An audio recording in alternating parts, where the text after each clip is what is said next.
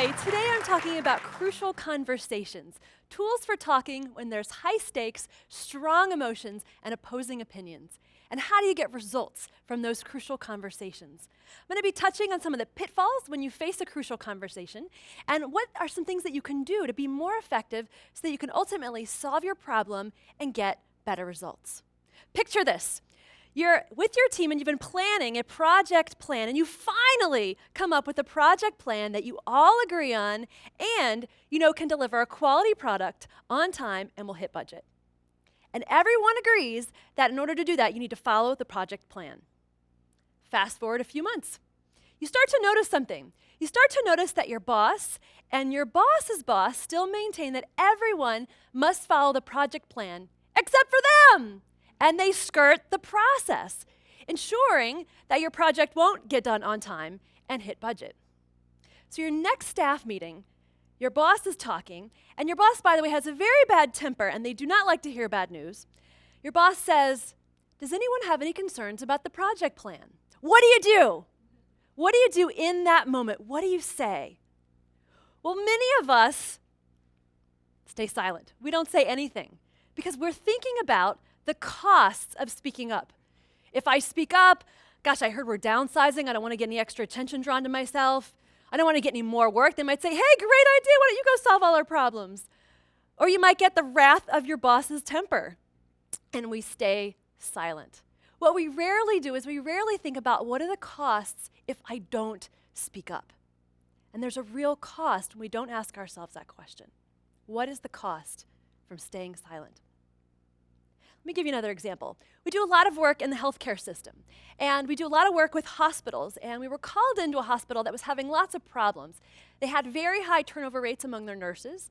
They had very high infection rates, and it all came to a head when a woman came in for surgery, and she had a flawless foot amputation. Everything went according to plan, and she's coming back from her surgery, and she looks down at her foot, and she starts to scream as her anesthesia is wearing off, and the nurse runs in and can't calm her down. And she calls the doctor in, and the doctor can't calm her down, and she's still screaming. And the doctor and the nurse go over, and they look at her chart, and this is a true story. And they look at her chart, and she'd been checked in for a tonsillectomy, and they'd incorrectly amputated her foot. What would it have taken to stop that from happening? What would it have taken to have this woman not spend the rest of her life with a fake foot? What would it have taken? One person to say, "This isn't the right surgery." And in fact, when we went into the hospital, we found that 7 people saw something wrong and said nothing. From the anesthesiologist wondering, "Why am I administering these kinds of drugs for this kind of surgery?" to the nurse's assistant wondering, "Why am I putting these knives out for this kind of surgery?" And they did a mental calculus. They said, "Well, I don't want to be the one to, have the surgeon yell at me, and I don't want to hold it up. I don't want to hold up the surgery. We have 5 more to go today." And they said, "What's the cost if I speak up?" You think, why would 5 well-intentioned, well-trained, well-educated people not speak up? They thought about the costs of speaking up. But it doesn't just happen in the hospital. It happens in the workplace. 90% of US workers currently say they're working on a project that they know will fail. Maybe that applies to some of us in the audience. But few of us speak up. I mentioned project skirting earlier, where you circumvent the process to get your own agenda completed and you end up messing up the whole project plan. 83% of leaders say they encounter that problem, but only 13% say they can speak up effectively to address that problem. We're not very good at speaking up, and it affects our health. The New York Times recently did a study, and they were looking at arguments with couples, and they were trying to figure out, do people who speak up and say what they really think and feel, does anything different happen than those who don't speak up and say what they really think and feel? They were looking particularly at the women, and what they found was that women who did not speak up and say what they really thought and felt during arguments with their husbands were 4 times more likely to die during the course of this 15-year study. Now, my last audience, a guy stood up and he says, "My wife's gonna live forever." But the point of this is that when you don't speak up, it affects your health. Now, some of us aren't so shy, and we speak up. And what that might look like is it might be a sarcastic comment. We hope people will read between the lines. We lash out. We explode. And it doesn't go so well either. Take a look at this conversation. Shut up! No, you little wimp! You get out of that room or I'm going to tell. Fruitcake! Where do you think you might hear this conversation?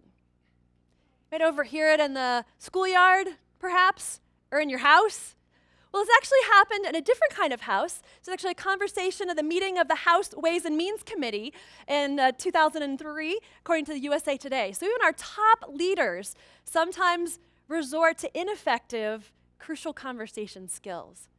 What I want to talk to you about today is, what do you do in the face of this? When you know that other people are likely to clam up or explode, what can you do? One of the differentiating skills that sets the best apart at crucial conversations is their ability to make it safe. Now, when I say that, I don't mean make it safe from a punch coming or some invisible force field. I just mean make it safe to have a discussion about tough issues. How can you talk about really challenging issues and have a dialogue about it to where the other person doesn't get defensive or you don't lash out? And the promise is that if you can make it safe, you can talk to almost anyone about almost anything. When I first heard this claim, I thought, I don't know, I don't buy it. Because I was going through mediation training for the DC Superior Court for child abuse cases. And I thought, how is it possible to have a conversation when these parents have just had their children taken away from them? And there's often very shameful allegations of sex abuse, physical abuse, and neglect. How are we supposed to have a conversation, a dialogue? And what I quickly learned is that if you can apply the skills for Make It Safe, you really can talk to almost anyone about almost anything. But it's not always easy. There's two main pieces to Make It Safe: mutual respect and mutual purpose. I'm going to break each one down and touch on them briefly. In mutual respect, it's pretty basic. Show respect for someone. It's kind of like oxygen, I think. It's in the room, we don't even notice it, but the second it's gone, you can't talk anymore. So how can you make sure you have respect? Well, the challenging piece there is that often you're having crucial conversations with people you don't have much respect for, because they're the ones who've let you down, who've missed deadlines, who have had bad behavior, and so you're not feeling very respectful of them in the moment. And so the question that people often give me is, how do you respect somebody you don't respect? I faced this myself in my first mediation. I was reading the case, and it was a woman who had 6 children, and there were very strong allegations of sex abuse, physical abuse, and neglect. There were several fathers involved. Mom was on drugs, and I wanted her to pay. How dare she do this to her children? I want her to be thrown away in the slammer, throw away the key, and I'm the mediator. So do you think that might affect my ability to facilitate a dialogue where she feels comfortable, where she feels respected, and we can actually talk about the issue and move the family forward? Absolutely. And so I knew I wouldn't be a very effective mediator. So what I did is I went back and I reread the case. And what I found out was that she had just gotten out of the foster care system herself. She had been abused her whole life. And I didn't have a 360. I didn't totally flip everything and say, oh my gosh, I want to be her best friend. But I had a significant shift of my heart to where I said, this woman deserves me to respect her dignity. This is someone who needs help, and I want to just respect her as a person. And I'm confident that that shift, even though slight, was a significant shift that needed to happen in order for us to have a very productive mediation that helped move that family forward. I'll give you another example. One of the authors was recently on a flight, Joseph Grenny, and he sat next to a gentleman. They started talking about what they both do for a living. And the gentleman next to him was a hostage negotiator. He says, wow, hostage negotiation, what's that like? What do you have to do to prepare? He says, well, the first thing I have to do to prepare is I have to think about that person on the other end of the phone as somebody's mother, as somebody's brother, somebody's daughter or son. So because if I can't find a place in my heart to humanize that person, to find some respect for that person, they're going to hear that disrespect in my voice. And in the first 20 seconds, they'll hang up and they won't talk to me. So I have to find a place in my heart to humanize them so that we can actually dialogue. Now, what I'm not saying is that we let these people off the hook, that we're overlooking what happened. In order to hold these people accountable, we need to be able to dialogue. And so we need to find that respect in order to have that dialogue. It has to be genuine. The second piece to this is mutual purpose. How can you convey that you care about what that person cares about as well? But again, the challenge here is often you say, well, we don't care about the same things. That's why we're struggling here. That's why we're in a crucial conversation. We care about totally different things. Let me give you a couple examples. Several years ago, the peace accords were happening in Camp David, and it was President Carter, Prime Minister of Israel, and the President of Egypt.